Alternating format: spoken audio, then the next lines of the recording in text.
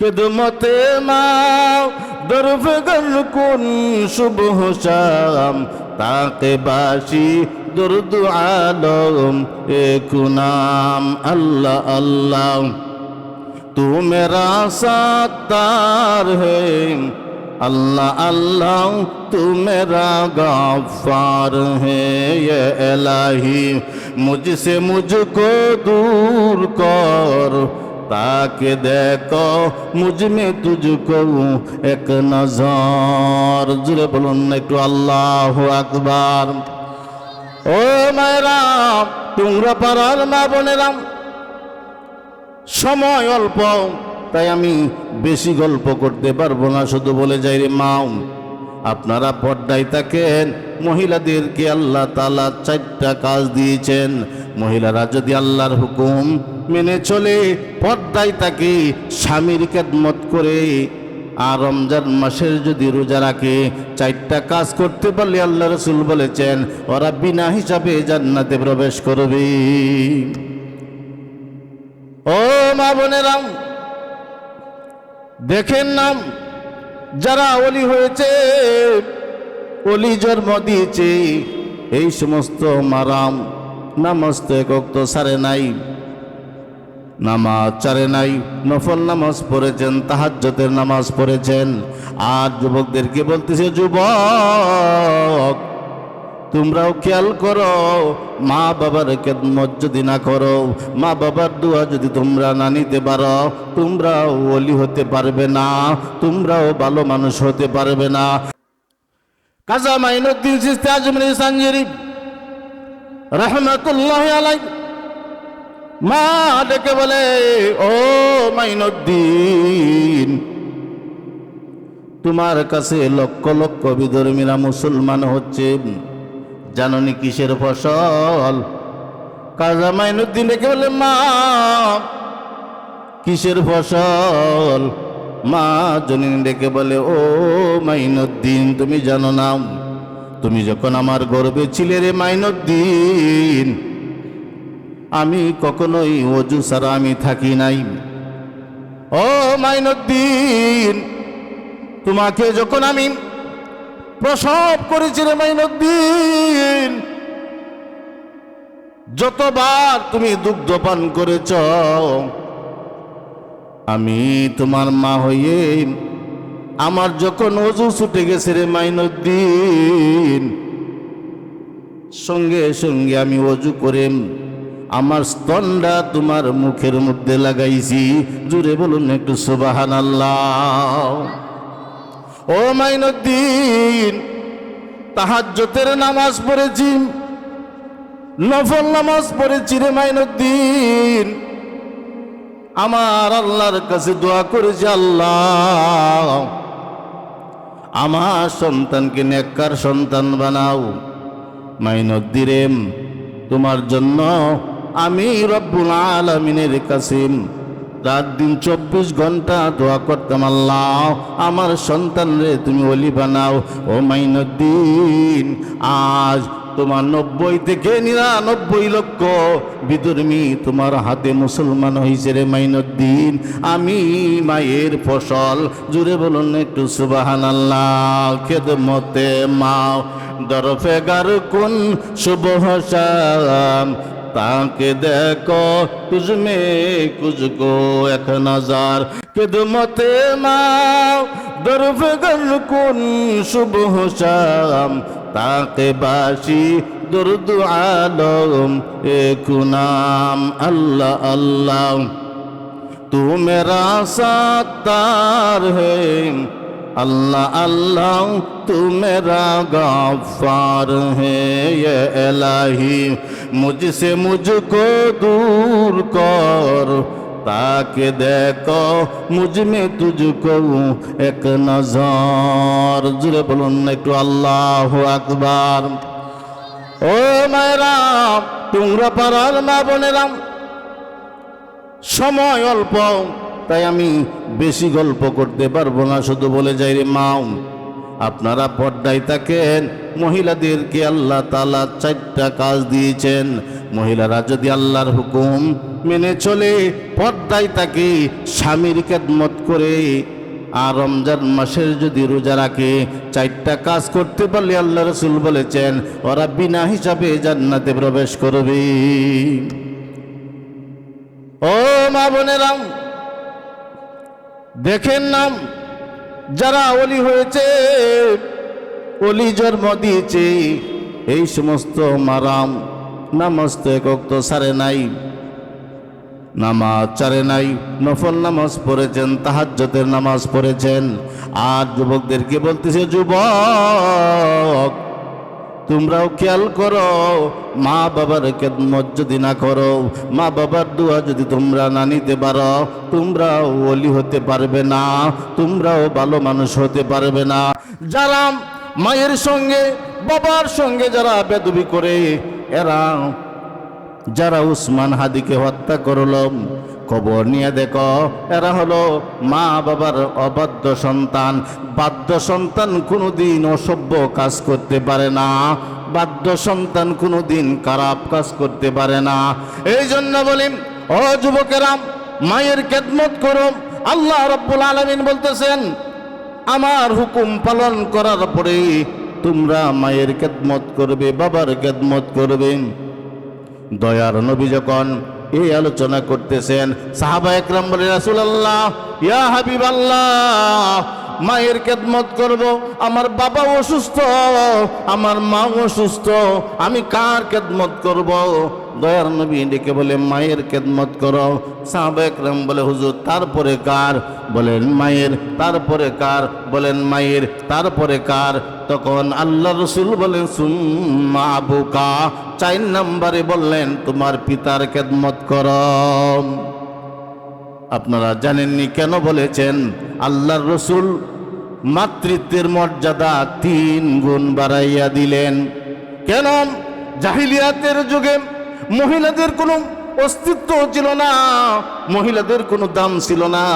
মহিলাদেরকে, মহিলা সন্তান হইলে পরে, মেয়ে সন্তান হইলে পরে জীবিত অবস্থা হত্যা করা হতো, কবরে জিন্দা কবরে মাটি দেওয়া হতো।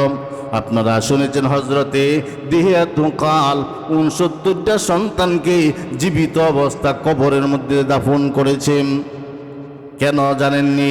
একটা লজ্জা তারা পাইতো, আমার মেয়ে হইছে, মেয়ে হইলে তার স্ত্রীকে তালাক দিত। কিন্তু এটা জাহিলিয়াতের যুগে। নবী দুনিয়ার জমিনে আসার পরে সিস্টেম পাল্টাইয়া দিলেন, মাতৃত্বের মর্যাদা বাড়াইয়া দিলেন। নবী বলছেন, মায়ের খেদমত করো, মায়ের খেদমত করো, মায়ের খেদমত করো। 4বার বললেন, সুম্মা আবুকা, তোমার পিতার খেদমত করো। একজন সাহাবী বলে, হুজুর মায়ের কথা 3বার কেন বললেন? নবী আমার ডেকে বলে, ও সাহাবীরা রে, কেন বললাম? মা 10 মাস 10 দিন সন্তানকে গর্ভে ধারণ করেছে, এত কষ্ট করেছে, লালন পালন করেছে সন্তান রে। এত কষ্ট কিন্তু পুরুষে করে নাই। আমার পেটে যদি সন্তান থাকতো, সন্তান যখন নড়াচড়া করেন, তখন পুরুষ কি করত? এটা কিলাইয়া গুছাইয়া পেটের মধ্যে সন্তান মাইরা ফালাইতো। কিন্তু মা তা করে নাই। যখন সন্তান প্রসব করবে, মা কাঁদতে পারে না, মা কাবার ভালো লাগে না, শরীরে ব্যথা, পেটে ব্যথা, মাথা ব্যথা, কিচ্ছু ভালো লাগে না, খাবারের রুচি নাই। মা ঘরের দরজায় হেলান দিয়ে দাঁড়ায়, চৌকাটের মধ্যে ধরে, বিছানার মধ্যে বসে, আবার উঠে। বাবা ডেকে বলে, কি গো স্ত্রী, তুমি এরকম করতেছো কেন? স্ত্রী ডেকে বলে, গো স্বামী, এবারে যে আমার সন্তান প্রসব করব, মনে হয় আমি দুনিয়ার জমিনে আমি আর বাঁচব না। মা 10 মাস 10 দিন হলে পরে সন্তান প্রসব করার সময় দেখবেন কোন অপারেশন থিয়েটারে অথবা গোপন কোনো জায়গা মাকে নিয়ে যাওয়া হয়। প্রসব ব্যথা যখন শুরু হয়, মা এমন একটা চিৎকার মারে গো, এমন চিৎকারে প্রতিবেশীরা হাজির হয়ে যায়। মা বলে, একটা দা দাও, একটা বডি দাও, একটা চাকু দাও, একটা ছুরি দাও, আমার গলার মধ্যে লাগাইয়া দাও, আমার তো ব্যথার সহ্য হচ্ছে না। এত প্রচন্ড ব্যথা মা সহ্য করবে? এমন সময় তার স্বামীকে ডেকে বলে, প্রাণের স্বামী, দীর্ঘদিন তোমার সঙ্গে সংসার করেছি, স্বামী নাও সংসারের চাবিটা বুঝাইয়া দিলাম, আমার উপরে দাবি রাইখো না, আমি মনে হয় আর দুনিয়ার জমিনে এবারে বাঁচবো না। এভাবে বিদায় লিয়ে গেছে। সন্তান যখন প্রসব হয়েছে, মা জিহাদের ময়দানের মতন রক্তাক্ত হয়ে গেছে। আবার সন্তান যখন আও করে যখন কান্দে, মার যখন জ্ঞান ফিরেছে, মা ডেকে বলে, কই গো তোমরা আমার সন্তান রে আমার কুলে উঠাইয়া দাও। প্রতিবেশীরা বলেন, সাথী সঙ্গীরা বলেন, ওগো সন্তানের মা, তুমি কিছুক্ষণ আগে ব্যথার যন্ত্রণা ছটপট করেছ, গলার মধ্যে চাকু লাগাইতে চাইছ, এখন সন্তানের মায়া আসছে সন্তানকে কোলে নেওয়ার জন্য, তুমি কি ব্যথা ভুলে গেছো? মা ডেকে বলে, ওগো প্রতিবেশীরা, যেই মাত্র আমার সন্তান দুনিয়ার জমিনে আইসা মা মা বলে যখন চিৎকার মারলো, 10 মাস 10 দিনের সমস্ত ব্যথা সঙ্গে সঙ্গে আমি মা ভুইলা গেছি। এই জন্য রসুল বলেছেন, তোমরা মায়ের খেদমত করো, জান্নাত যদি পেতে চাও তাহলে হুমা জান্নাতুকা ওয়ান নারুকা, মা বাবারে যদি খুশি করতে পারো তাহলে জান্নাত পাইবা। মা বাবা সন্তুষ্ট, আল্লাহ জান্নাত দিবেন। মা বাবা অসন্তুষ্ট, আপনাকে জাহান্নামে যাইতে হবে। পিতা মাতারে কষ্ট দিলেন, সুখে থাকে না রে যুবক। তুমি মনে করতেছ তোমার অনেক টাকা হইছে, মা বুড়া হয়ে গেছে, এক কথা বারবার বললে তুমি রাগ হও। ও যুবক, তুমি যখন প্রশ্ন করতে রে বাবা, ওইটা পূর্ব দিকে যখন সূর্য উদিত হতম, বাবা এটা কি? যে সূর্য। বাবা ওইটা কি? ওইটা কাক। ওইটা কি? ওইটা সিল। আবার বাবা ওইটা কি? সূর্য। কিন্তু তোমার বাবা তো কুল থেকে তোমার আশার মাইরা দুনিয়ার মধ্যে ফেলে দেয় না রে সন্তান।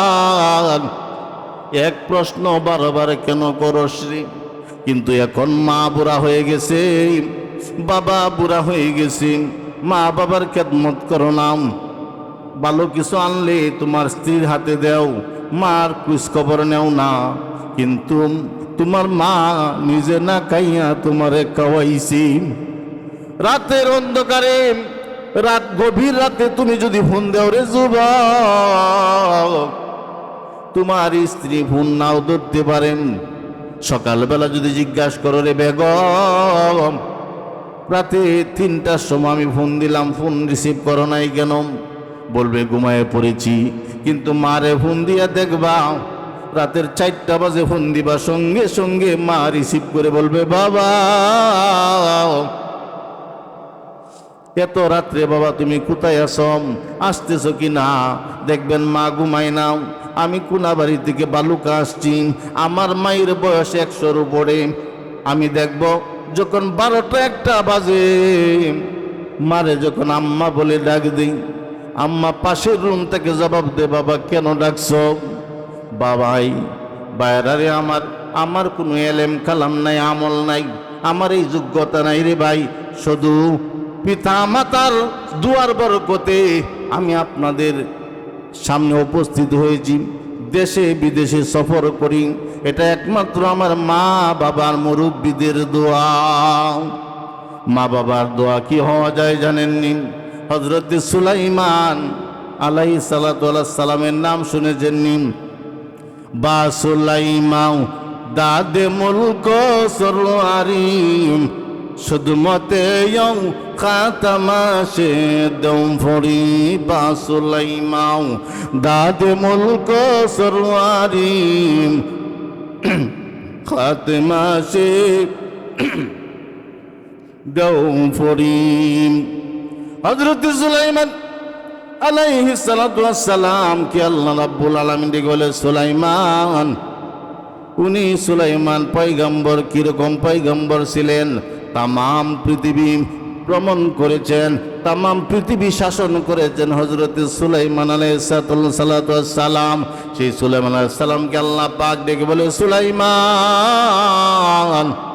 নতুন কোন নিদর্শন দেখতে চাও কিনা? বলে, আল্লাহ কি নিদর্শন? যে সমুদ্রের পারে চলে যাও। সমুদ্রের পারে চলে গেলেন, সঙ্গে গেলেন ওনার খাদেম আসেফ গেলেন সঙ্গে। বলে, মালিক, নদীর পারে আসলাম, নতুন কি নিদর্শন? কিছুই তো দেখি না। আল্লাহ রাব্বুল আলামিন ডাক দিয়ে বলে, রে পয়গম্বর সুলাইমান, নদীর ভিতরে জাপ দেও। উনার কাঁধে আসেফ রে বলল, আসেফ পানির ভিতরে নামম। হযরতে আসেফ পানির মধ্যে নামলেন, ডুব দিলেন। ডুব দিয়া দেখে গো, পানির নিচে সুন্দর একটা ঘর দেখা যায়। কি দেখা যায়? সুন্দর একটা চাইর দেওয়ালের একটা ঘর দেখা যায়, খুব সুন্দর। হযরতে আসেফ আয়েশা বলে, ও পয়গম্বর, নিচেও পানি উপরেও পানি, মাঝামাঝির মধ্যে একটা সুন্দর একটা ঘর, আপনি আসেন। হযরতে সুলাইমান আলাইহিস সালাম পানির মধ্যে নামলেন, ডুব দিলেন। পানির গভীরে গিয়া দেখেন এত সুন্দর ঘর। শুধু ঘরটা খালি নয়, ঘরের দরজা আছে, জানালা আছে। ঘরের ভিতরে হযরতে সুলাইমান আলাইহিস সালাম সালাম দিয়া ঢুকলেন।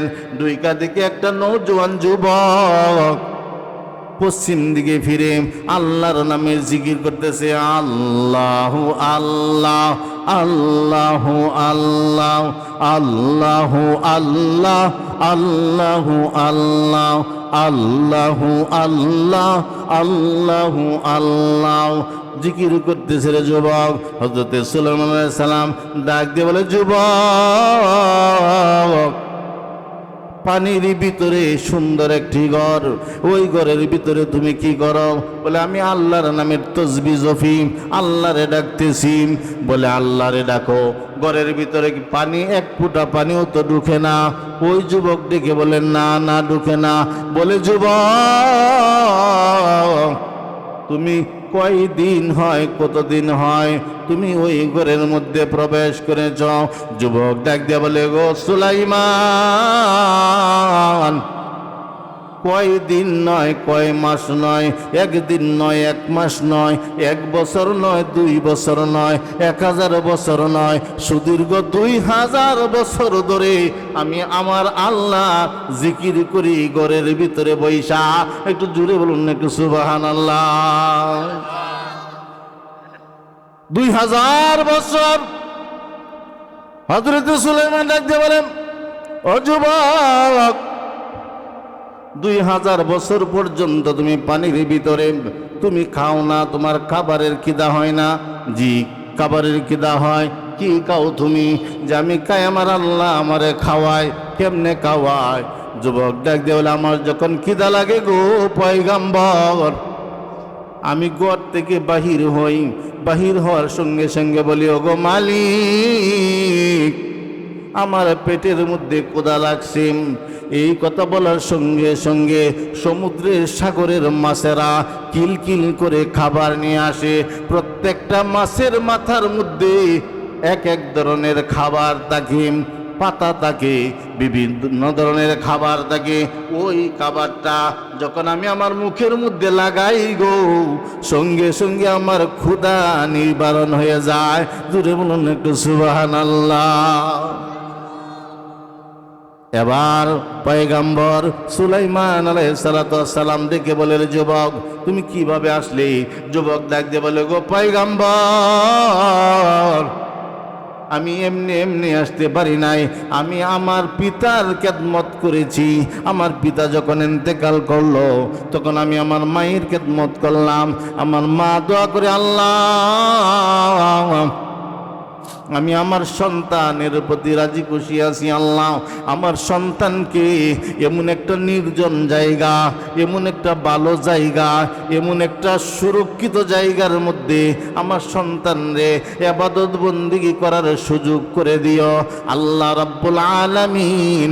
মায়ের দোয়া কবুল করেছেন, এই জন্য পয়গাম্বর 2000 বছর পানির নিচে আমি ইবাদত বন্দেগী করি। ও যুবকেরা, তোমরা জাননি যারা ওলি হইছে মায়ের খেদমত করে ওলি হইছে, যারা শিল্পপতি হইছে, কোটিপতি হইছে, খবর নিয়ে দেখো মায়ের খেদমত করছে, কিন্তু শিল্পপতি হওয়ার পরে মায়ের খবর না নিতে পারে।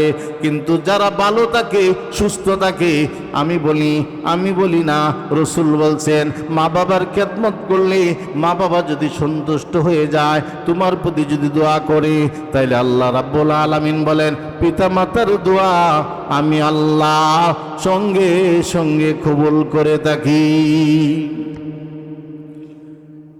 হযরত বাইজিদ বুস্তামি রাহমাতুল্লাহি আলাইহি ওলি হয়েছেন, এই ঘটনাটাও আপনারা জানেন। আমি আবার বলিতেছি, ওলি হইলে কি করা লাগে? মায়ের খেদমত করা লাগে, বাবার খেদমত করা লাগে, উস্তাদের খেদমত করা লাগে, ভালো মানুষের সঙ্গে ভালো আচরণ করা লাগে, তাইলে ওলি হওয়া কিন্তু ব্যাপার না।